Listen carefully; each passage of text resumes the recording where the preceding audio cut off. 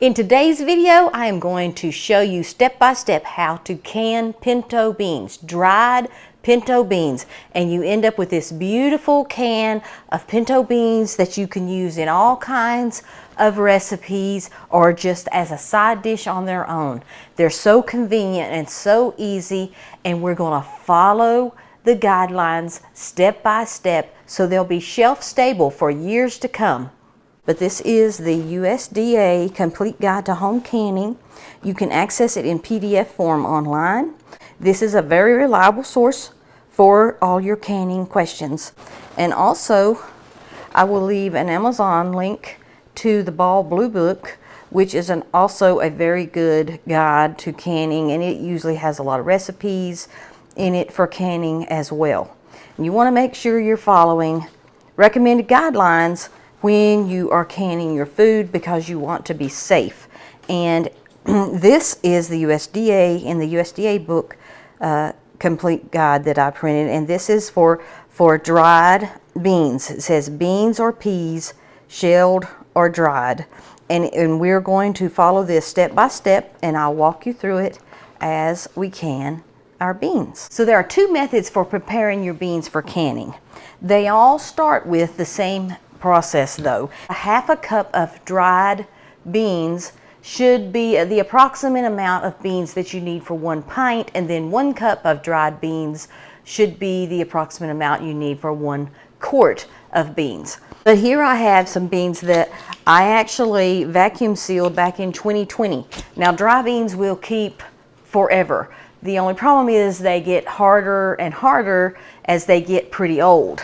But I just wanted to show you how I prepare them so that you can see the process. So I have here this big bowl, and I have my colander. I'm just going to set that in top there. It doesn't have to be perfect, it doesn't have to fit perfect, it's just I'm going to be pouring the beans into here. And what I do is you want to make sure that you get out any bad beans. Now this is just a broken bean, but I'm going to take it out. You don't have to take the broken beans out. What you're looking for are beans that maybe look really black. Of course, any stones, you might find little stones in there. So you just want to, we call it looking. You want to look your beans, and there's several ways to look them. You can spread them out on the counter and pick through them, or you can do what I'm doing here and just filter them through your hand and look for any bad beans. So here's a bean. It's just a half bean, but it's dirty looking on the inside. So I don't want that bean. I'm going to take that one out. And that's all you have to do. Just look through them and take out the ones that are just not pleasing to you. And see, here's a bean that just has a little spot on it that it could have been a bug bite, or it could have been where it got scraped in the machinery as they were doing them. And I'm taking that one out. I actually have known people that did not know how to cook dry beans, which is really a shame because they're very cheap and they're very nutritious. And if you don't have a lot of money for food, dried beans is something that you definitely could help stretch your budget. And there's so many things you can do with them. You can season them up so many different ways. It would just be a shame to not be able to cook dried beans. So, as well as learning to can these beans today, you should walk away knowing how to cook them as well. Because all of this prep work that you do before you put the beans in the jar to can them is the same prep you would do to cook the beans. Okay, so I have looked through the beans, the ones I missed in my pan.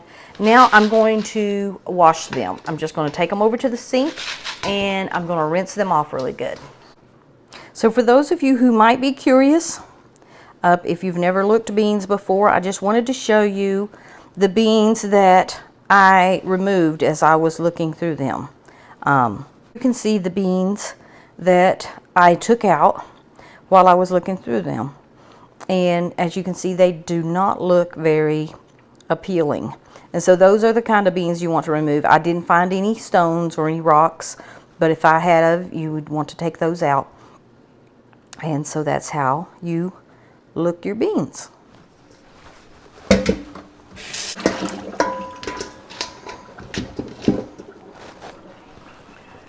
Okay, so now I have my beans rinsed off.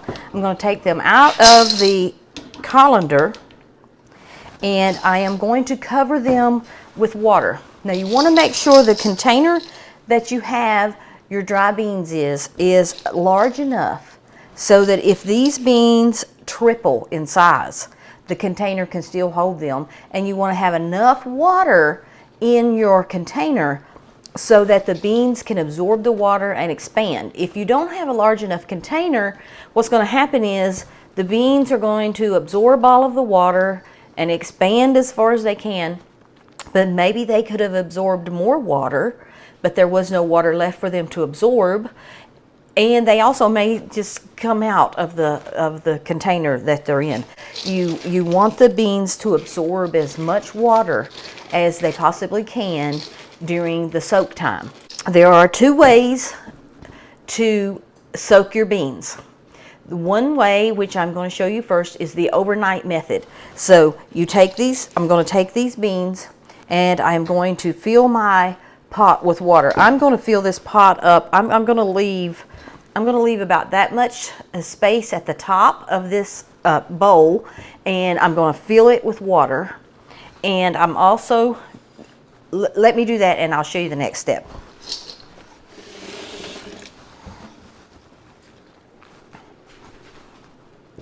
Okay, so I have my bowl filled with water, and like I said, I left about that much space because the beans are going to, overnight, the beans are going to absorb the water and swell up and fill this pot.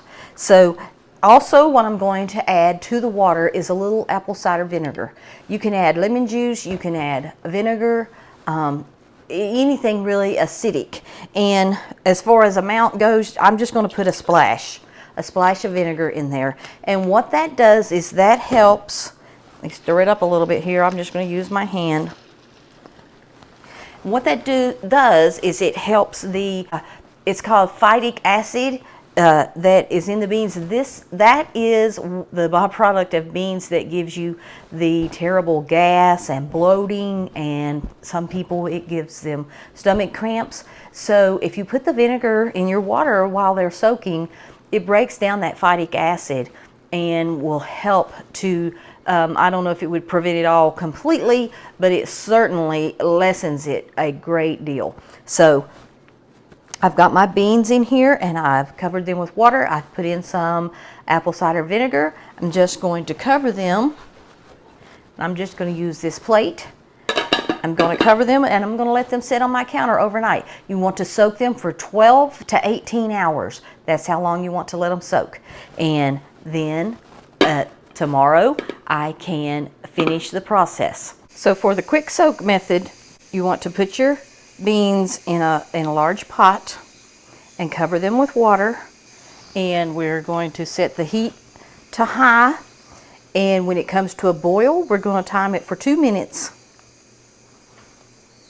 So our beans are beginning to boil, and I just want to show you, I know boiling sounds simple, but some people may not understand. So when something starts to boil, if you stir it, so if I stir these beans and then they take a few minutes to boil, see they're still boiling a little bit. But if you can stir that boil down, then they're not truly boiling. So I'm going to give them another minute or two to get to a good boil, and then we'll set our timer. See, when I stir it, it continues to boil. You can see I can stir the beans and they're still boiling. Hopefully you can see that. Let me get a better angle here.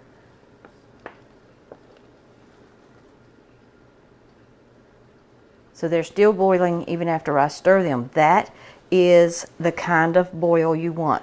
Now I'm going to set a timer for 30 minutes. Sorry. And I'm going to watch these. If they start to boil too hard, I don't want them to boil over, then I'll turn the heat down a little bit. And I also lay a wooden spoon across the top, a long handle wooden spoon. That'll help. I don't want them to boil over. So we're going to let these boil for 30 minutes, and then we will be ready to put them into our jars. When you're pressure canning, you don't have to sterilize your jars, but you do want everything to be clean. So you want to make sure you wash your jars in hot soapy water and rinse them well. And that's even if your jars are new, you're going to want to wash them to make sure you get anything, you know, dirt, debris, anything like that off of them. And these are jars I have used before, and just a little tip, something I do to help get them clean, because sometimes when you can, like meats and different foods in jars, it's really hard to get that, it leaves a film.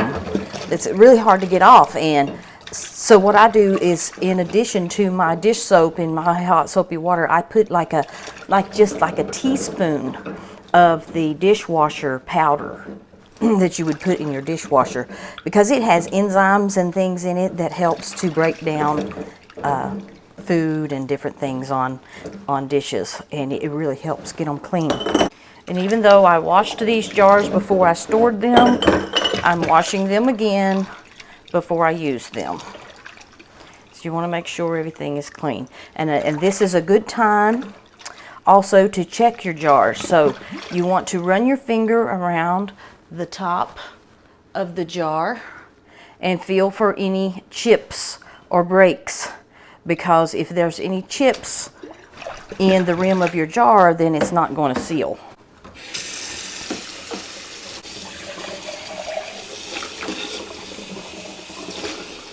So our beans are almost done. The timer's going to be going off here in less than a minute. I just wanted to let you know that I have a pot of water boiling, because you never know when you might need some extra water to put into your jars. So I always have boiling water whenever I'm canning anything, so that if I need to put in, especially if I'm hot packing, in case I need some extra water. And then over here in the sink, I have my clean jars, and I'm just putting them in hot water so that they will be hot.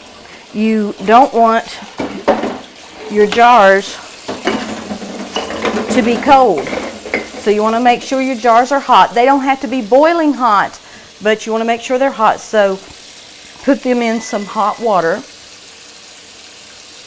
so that you won't get a temperature shock when you put your beans into your jars.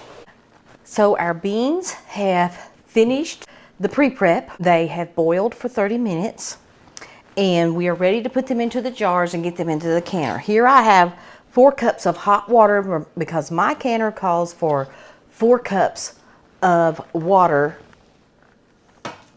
into the canner before adding your jars. And we are going to ladle our beans into our jars. Now these beans have been boiled for 30 minutes, but they are nowhere near done. They're not soft at all. And so they still have more water to absorb. And I just want to point out that, so as I fill these beans here, I'm just going to go a little more than halfway with the beans. So it's not exactly 2/3.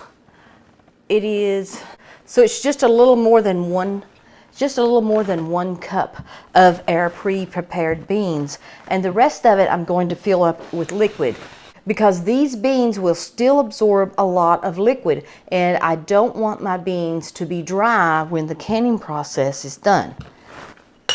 So although we are going to fill this jar up to 1-inch headspace, we are not going to fill it that full with just beans, but we're going to fill it the rest of the way with liquid, and I'll show you that after I get all the beans into the jars. Now I have this little, I think this is like 3/4 of a pint, I'm not exactly sure, but I have this little skinny jar here because I know my canner will hold 5 pints, and then there's room in the center not quite big enough for a pint jar, but also it will fit this little jar. So I'm going to put that one in there. So now I have my beans in my jars, and I'm going to top them off to 1-inch headspace with liquid. Oh, okay, I better keep that funnel there.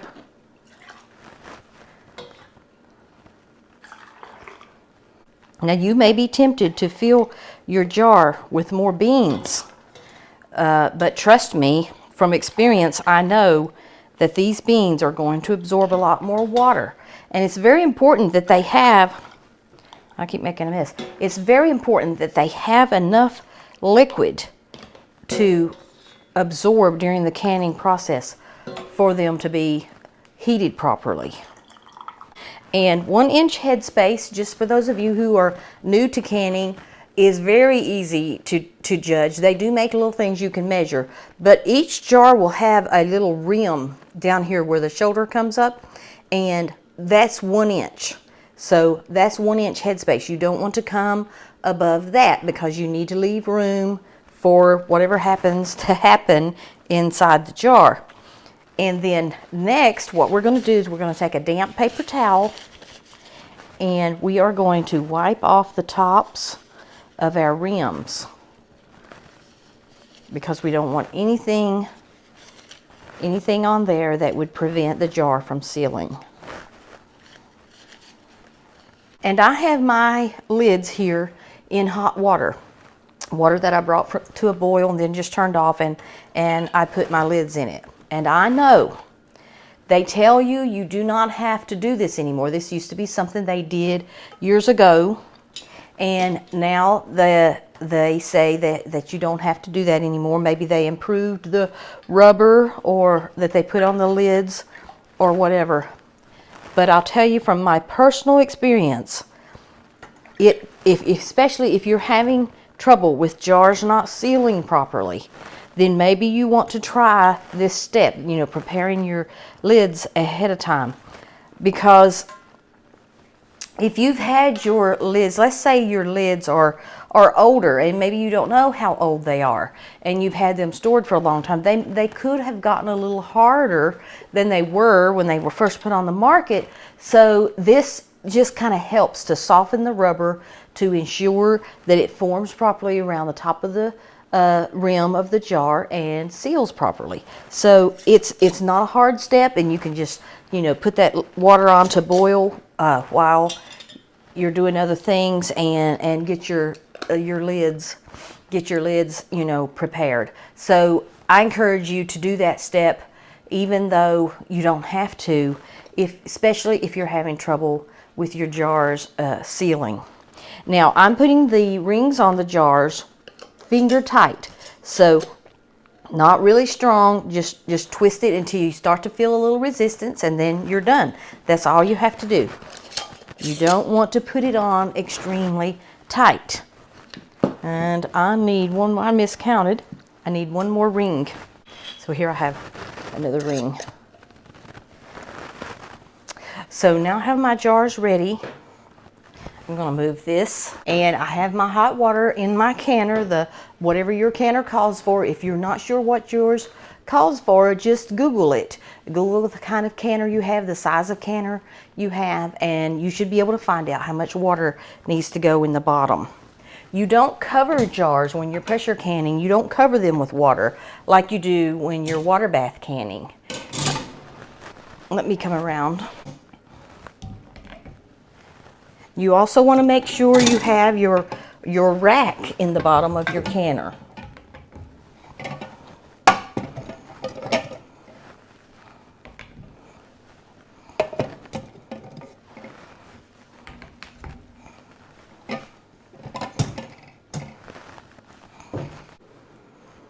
Okay, so what we're going to do, we closed our lid.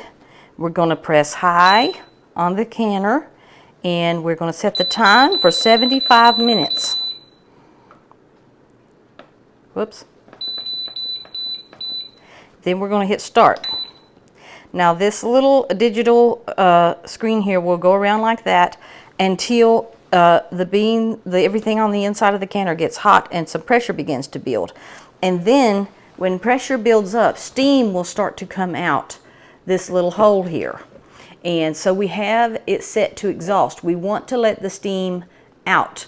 And this is called venting, and we want to vent for 10 minutes. And what that does is get all of the air out of the canner, so the canner is filled with only steam, because the air does not conduct heat like steam does. And so venting is very important. Now I want to mention I canned pints, and it was 75 minutes for pints. If you're doing quarts, it's 90 minutes. So keep that in mind. It's 90 minutes for quarts, 75 minutes for pints. I use 15 pounds weight on my canner. Depending on your sea level, you might use a 10-pound weight, or maybe even a 5-pound weight, or a 15-pound weight. So I'm a little more than 1,000 feet above sea level, so I have to have at least 11 pounds of pressure. So I use the 15-pound weight to ensure I am getting that. So just make sure you can look it up online or in a reliable source such as the USDA guideline book, or if you don't know your elevation, contact your local extension office. They can tell you what your elevation is and whether you need to use a 10 or a 15-pound weight. Okay, so we have started our countdown, and we leave the vent open during this time. And when it counts down 10 minutes, it'll beep again, and I will close the vent. Okay, so our 10-minute venting time is up, and it beeped, and what I need to do now is turn my vent to airtight. Now this will continue to flash while pressure builds. When the pressure builds to 15 pounds, then the 75-minute countdown will begin. So pressure is building, and the jiggler has started to jiggle. And when it reaches the correct pressure inside, then the timer will begin. Okay, now the 75-minute timer has begun. So our canning cycle is completed, and all of the pressure has gone down from our canner. We are safe to open the canner. So you want to make sure you let there's no pressure in the canner, and that just takes time. And how long it takes really depends on a lot of things: humidity and the heat, the pressure, the temperature in your house, and the thickness of the canner. So just make sure all the pressure, whether you use an electric canner or a canner on the stove, just make sure all the pressure is gone, and you will know when all the pressure is gone because there will be nothing coming out of this valve here. And then you can open the lid, and we can take out our jars.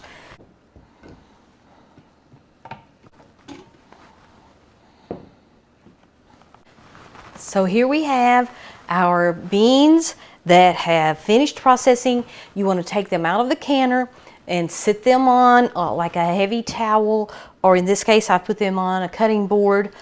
Do not, you might notice that some of the rings might be, when we're getting them out, you're like, oh, that ring is loose. Don't be tempted to twist them down or tighten them. Just get them out, sit them on as carefully as you can, sit them in a safe place, and we want to let these cool. You want to let them cool for 12 to 24 hours. I think it's recommended 24 hours. But you want them to cool down completely. Once they have cooled down completely, then you can remove the rings and wipe off the jars. You want to wipe off anything. There may have been some siphoning that happened during the canning process, and you want to make sure you wipe any of that off so that mold doesn't grow on it or anything. And then you want to store them in a cool, dark place. I always write on my lids after the cooling process is done. I will write what's in it, even though you might think, well, that's obvious. Well, for some things it is, and for some things you might be like, I don't know, is that chicken or is that pork? You know, different things. So I always write what's in it, and I put the date. I usually put the month and the year. Or you could just put the year if you wanted to, but it's always good to know, because as you are putting things in your pantry, sometimes things get shifted around, and you always want to eat the oldest stuff first, so it's good to put a date on them. And so that's all you have to do to successfully can your pinto beans. So I really hope you will can some beans, follow the guidelines so that it's safe and shelf stable, and enjoy these beans in all kinds of recipes. God bless. Bye-bye.